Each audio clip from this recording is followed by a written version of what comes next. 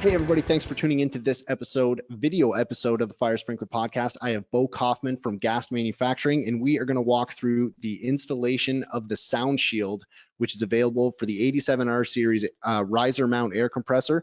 Basically, already industry leading sound reduction technology in these air compressors when you buy them right out of the box, and this just gets you just a notch, a couple notches lower as far as audio ability. Is that a word? Makes a damn quiet air compressor. Bo's the expert. He's going to help us walk through here. Bo, how's it going today? Hey, thanks, Chris. Yeah, and before we get started, I just wanted to give you a huge thanks for being able to have Gast introduce our 87R riser mount compressor for dry sprinkler systems on your audio podcast. A few weeks back, you and I spoke about that. Now I see, obviously, with video podcasting and what you're doing, we have a chance to see it. You've got one behind you, so do I.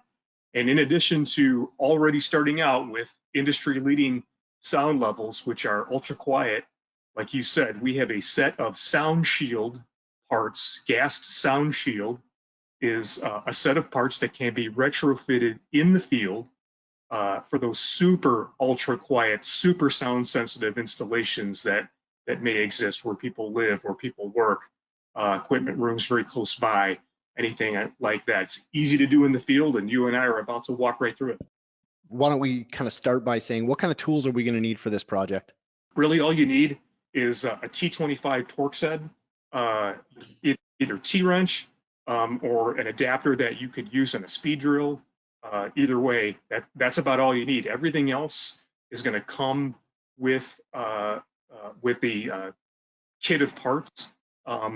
Basic other tools are just going to be either a pair of channel locks or appropriately sized crescent wrenches, because you're going to be removing an elbow fitting and you're going to be reinstalling some pipe plugs. 1/4 inch Allen wrench for those pipe plugs as well. Those are the things that I have with me as well. So why don't you kind of show us how to do it? What I've already done here is remove the elbow fitting from this compressor head, and I remove the air line.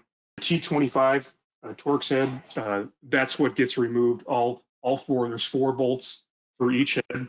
You just remove all of that, and what's going to be retrofitted and come off are not only these heads, but this valve plate as well.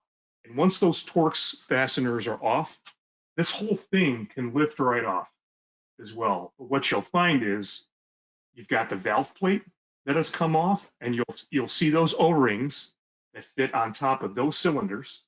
Make sure that those come with it, because you're going to get new ones.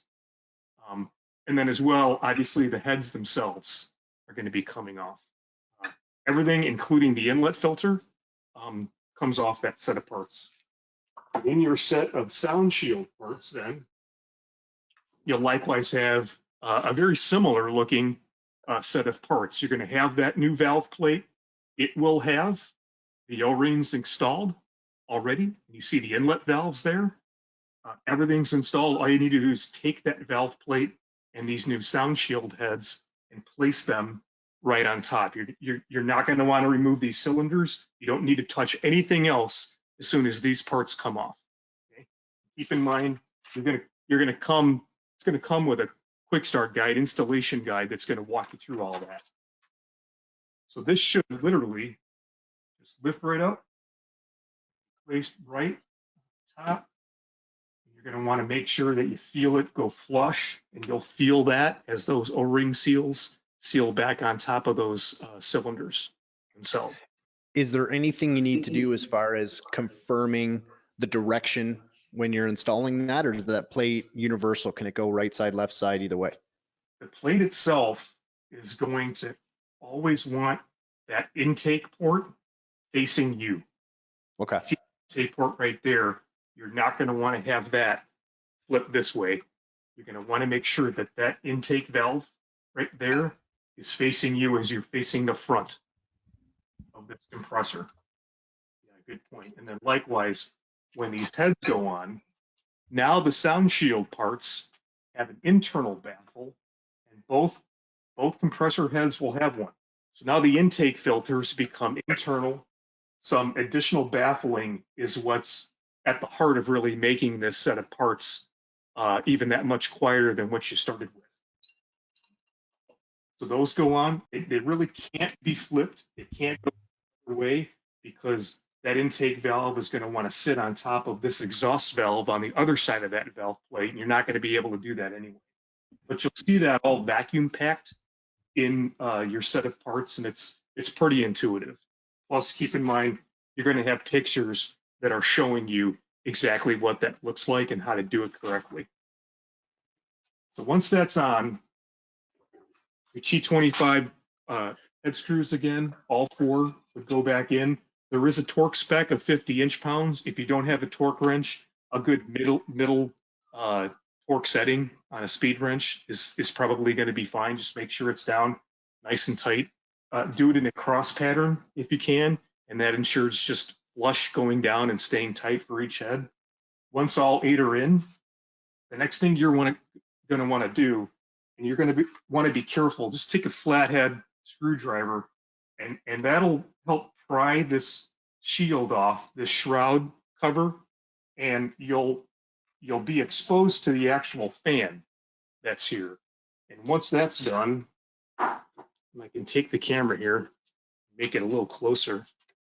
What you're going to do there is you're going to press down. You're going to keep. I'm going to keep that down because the fasteners aren't on. It's going to want to lift off. But you're just going to spin that fan, and you're doing a couple things there. You're making sure that that piston rod, as you see it going up and down, isn't interfering and coming up and hitting this valve plate. That's a big thing, just as a double check. It really would be an extreme case where that would happen. If you've got everything on correctly, that's not going to happen. This is just a double check. As well as if these were somehow flipped, again, it's really hard to do because that filter can only go on one way. But if it were to be flipped for any reason and you were trying to turn this, you're actually going to try to compress air, and this would be very difficult to turn in the first place. So you're just checking a couple things in that way when you do that. And you'll see that in the quick start guide as well on how to remove that shroud carefully. And then so once you do that double check, this actually just would snap right back into place. Last thing you would do is you would reconnect your compression fitting. When you put that elbow fitting back in, just another tip, make sure you use some sealant or some tape again to avoid any leaks. Put that elbow fitting back in this compressor head, and then you would reconnect your compression fitting, and you're pretty much good to go at that point. Quick and easy, probably takes what, 5-6 minutes if you take your time. First time I tried it, it took me about 10 minutes. Probably we'll get that a little shorter. Yeah, we'll be able to knock that down. Awesome. So that's it. Quick, easy, painless way to install the Gast sound shield on the 87R riser mounted air compressor. Yep. And once you do that, you're going to see a sound improvement of about 20%, 25% improvement in sound over what was already, super quiet. So again, consider that for any real sound sensitive installations, or if you've got an installation site or a building owner saying, I love this, but you got anything to make it even quieter, you've got an option to talk about. Absolutely. Thanks both. Thanks for coming on and walking us through how to install the sound shield on the Gast 87R. You bet. Thanks, Chris.